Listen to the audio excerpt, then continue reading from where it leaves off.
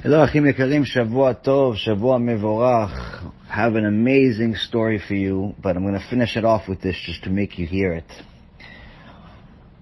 People today have, unfortunately, a very, very difficult time with emunah when it comes to money. And unfortunately, some people have this disease called stinginess, being cheap. They, for themselves, they want to buy a car, they want to buy a house, they buy all those things, no problem. The guy says, listen, it's going to cost you an extra $3,000 for the navigation system that you have for free on your phone. They say, yeah, add one. If you can, add two. Listen, this better paint is going to cost you an extra $4,000 for the house. Yes, no problem. Go ahead and add it. But the stinginess comes in anytime it comes to mitzvot. Anytime it comes to mitzvot, whether it's buying a mezuzah, that's a real kosher mezuzah, you come to the rabbi, you say, oh, rabbi, I need mezuzahs. The rabbi says, listen, it's going to cost you for the least amount of money. It's going to cost you $75, $100 for a kosher mezuzah. If you want a high-level one, Be'ezrat Hashem, because you believe in Hashem and you want protection in and out of the house, it's going to cost you a couple $100. Oh, Rabbi, are you sure you can't get something for maybe $30 or $50? You tell a guy, listen, you donate $1 for a CD, you donate a few hundred of them, you never know, you could save a life, you could save a soul, an eternity. The guy, rabbi says, you can't get a better deal on these CDs? Okay, you know what, I'll give you $18. But you just spent $3,000 on the navigation system you don't need. How come you only spend $18 or $50 on this on the CDs to save souls? And the reason for this is when someone has a little bit of problem with his emunah. And for here we go into the Torah and we obviously have to see what Hashem thinks about this. In Sefer Haggai, in the book of Haggai, the prophet tells us what Hashem says. Liya kesef v'liya za'av ne'um Hashem tzevaot. Hashem is telling us here clearly, mine is the silver and mine is the gold, the word of Hashem, master of legions. Hashem is telling you everything is His. Everything. The money you have, the money you want, the money that you think about, everything and anything in this world is His, including your own body, which is the reason someone is not allowed to commit suicide, whether Jew or Gentile, never allowed to commit suicide because their body's not His. Their body's not theirs. But Haggai is telling us something very special. He says that once a person believes this specific thing, once he realizes that everything is really Hashem's and not from your own hand, he'll never be cheap. He'll never worry about money, and he'll also never waste money for stupidity. There's an amazing story about Evanel. Evanel is one of the greatest sages that ever lived just a few hundred years ago. You'll see his commentary on many chumashim. Most chumashim today use his commentary. But unfortunately didn't have any fortune, didn't have any luck when it came to fortune, so much so that he would say about himself that if I started a store of hats, people would be born without heads. If I started a store for umbrellas, it would just stop raining. He knew that Hashem did not want him to have fortune in this world, but obviously as Olam Haba, we could only wish we had even a small part of it. But Evanel was also very spicy with his words. And one time he goes to a town, and this town had some rich people, and they had a community that the rabbi said, listen, you have to host guests. We'll take turns. The true hosting of guests is when the guests have no choice, not just hosting your friends to come over for Shabbat because you want to show off your food. That's not really exactly a mitzvah. A mitzvah is to host someone who is from out of town, who doesn't have another choice, who's alone, and so on. And Evanel came into this town, this poor man, no one really knew who he is. And this gvir, this really rich guy, it was his turn to host, but he didn't know, so he went shopping in the market for an extra large fish so he could enjoy it on Shabbat. And as soon as he got to this, he bought the fish and he was on his way home, he ran into the rabbi, and the rabbi said, hey, listen, today is your turn to host the town, the new guests. The guy almost had a heart attack thinking that he's going to have to share this wonderful fish with a stranger. I can't believe it. He immediately ran back to the store and bought a few ugly sardines and came back to his wife and told him, listen, we're going to have a guest tonight. Give him these few sardines. Make sure that he's full. And then as soon as he's full, just, we'll kick him out and I can eat my fish in peace. So this is what they did. Evanel shows up at the house after Tfilat Arvit. Hello. They have the Kiddush, and they give him these 6 measly little fish. And Evanel looks at it, and he sees that no one else is eating. So he realizes what's happening here. So he picks up the small fish, he puts it to his ear, talks to it, and then puts it down. Picks up the second fish, talks to it, and then puts it down.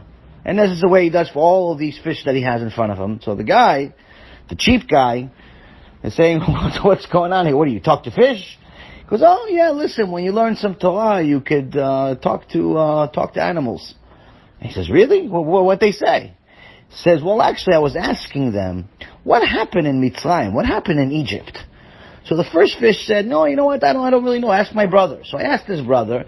The guy said, no, I don't know. And I asked all of them. And then eventually they all said, you know what, we're all very small, we're all very young. We don't really know what happened in Egypt. But our big brother in the kitchen, he knows.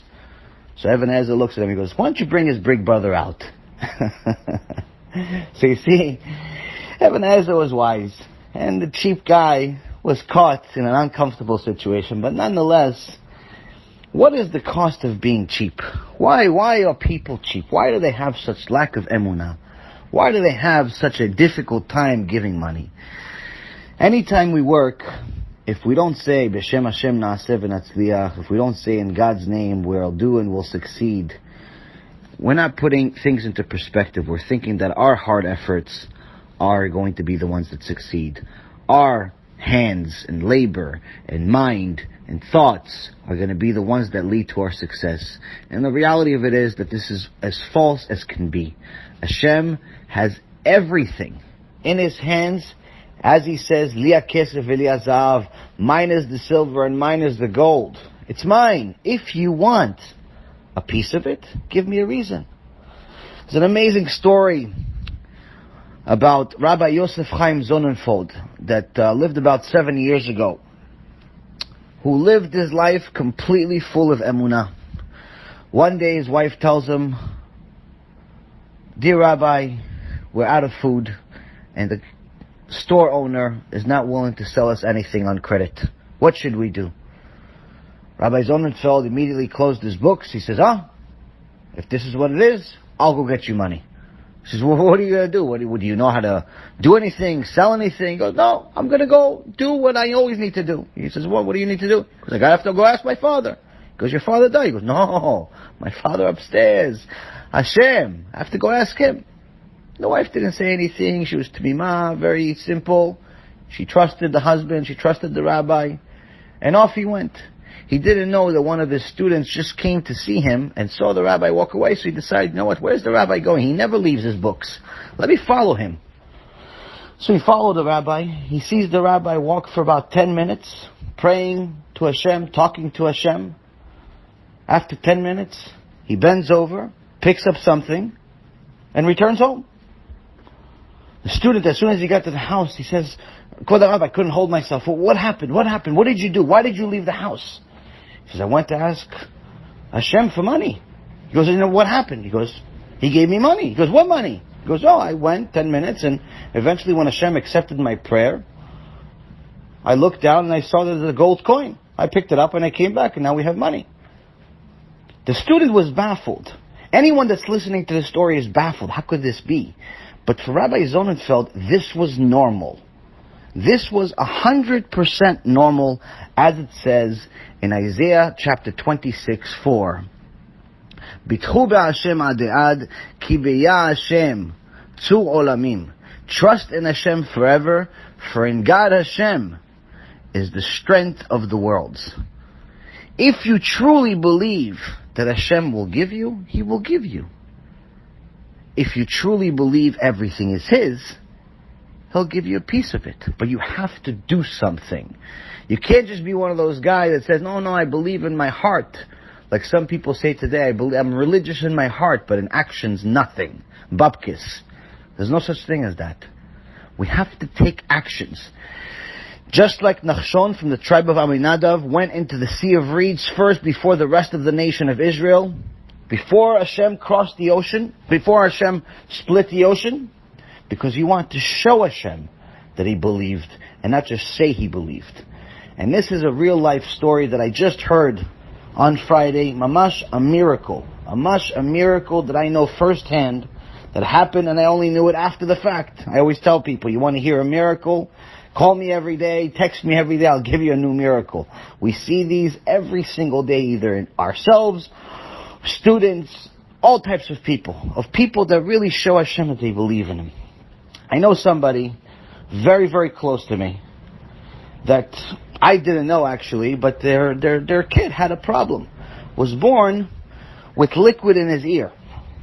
Liquid in his ear, which is a problem because if it's not removed, it'll make growth very difficult, makes walking very difficult, makes everything very difficult, and it's also painful. Kid is already 2 years old. About a month ago, they took him to the doctor, the specialist, and the specialist says, listen, it can't go away. You must arrange for a surgery. There's no other way. This liquid doesn't come out. It's not like spit or saliva that comes out of the mouth. This is not coming out. You have to remove it with a surgery. The parents obviously are heartbroken, thinking that their 2-year-old child needs to have surgery. What do you do when you have no choice? It's called Tfilat Cheser Oni. It's the prayer of the poor. The poor have better prayer than the rich. Why? Because the rich are just worrying about more money. They're worrying about more things. Whereas the poor have no choice. They know that Avinu Shebashamayim, our Father in heaven, Hashem, is the only choice they have. And this is exactly what they did. They prayed to Hashem. But not just prayer. They showed Him. As soon as we came out with the post that we're coming out with our CDs, $1 CD, each CD can save a soul, each CD is 30 hours. He was the first person that said, listen, I'm in, I don't want to miss out. I want to sponsor 1,000 CDs and Be'ezrat Hashem save at least 1,000 souls. Baruch Hashem. I didn't know, I just thought, wow, Baruch Hashem, very generous soul, he's always been generous with me, but still, nonetheless, didn't think much of it. I thought that this is a generous person. I didn't know about the kid, I didn't know anything. All I knew is that, Baruch Hashem, we have another 1,000 CDs, we have a sponsor. He calls me on Thursday. And he tells me, you're never going to believe it. I said, what? He says, you're never going to believe it. I said, what? He says, we went to the doctor today. I said, why did you go to the doctor? He says, he tells me the whole story about the kid. I said, okay, so what happened? He says, the doctor's looking, and he's testing, and he takes it under x-ray, and a different test, another test, and a CT, and a before and after. And he asks us, why did you bring him here? Why did you bring your boy here? He has nothing. What are you doing here? What are you looking for? So we thought that he's kidding. He said, you're the one that took the last one. He says, yes, but it's not the same kid. I don't understand. Where could it be? So he brings his other professional doctor in there, and he takes the same tests. And he says the same thing. He goes, why is this boy here? Why are you testing for something that doesn't exist? When Hashem wants something to happen, nothing is beyond His limitations. Ishtabach Shemo La'ad. The boy is 100% perfect, as the doctor said. Umushlam. He's perfect. He has nothing. And this is what I keep telling you, my brothers and my sisters. When Hashem told Jeremiah, if you do tshuva, I'll always accept you. You'll be sitting right next to me. But if you bring somebody that's not righteous and make them righteous, if you bring a precious from someone that's going against me, You make him into a precious. You help them do tshuva. You'll be like my mouth. Kepitiyeh. Chazal asks, what does it mean we're going to be like Hashem's mouth? Hashem answers them and he says, I created the heaven and the earth, and I can bring back the dead and make them alive. And you will be able to do the same. And this, my friends, is exactly how Hashem fulfills that promise. Kepitiyeh. My dear friend did not just tell Hashem that he believes in him. He did not just pray to him with an empty heart. He prayed to him with a heavy heart, and he took action. And when you take action, especially with things that are as difficult as money, kepitiyeh, you'll be like Hashem's mouth. This is a real life miracle. It happened. It's not something I'm making up for this drasha. It's, as Chazal says, you have to stay away from lies. This is 100% true. It's first-hand information, not just some story I heard from somebody. It actually happened to one of the people that's in this group. So Baruch Hashem, Yishtabach Shemo La'ad, you see Hashem fulfilling His promise as He always does. Make sure that you don't stay cheap if you're cheap, or stingy if you have a problem with emunah, because it may be costing you your miracles. Shavua Tov, Shavua Mevorach, and may Hashem continue to bless all of you. Kol Tuv.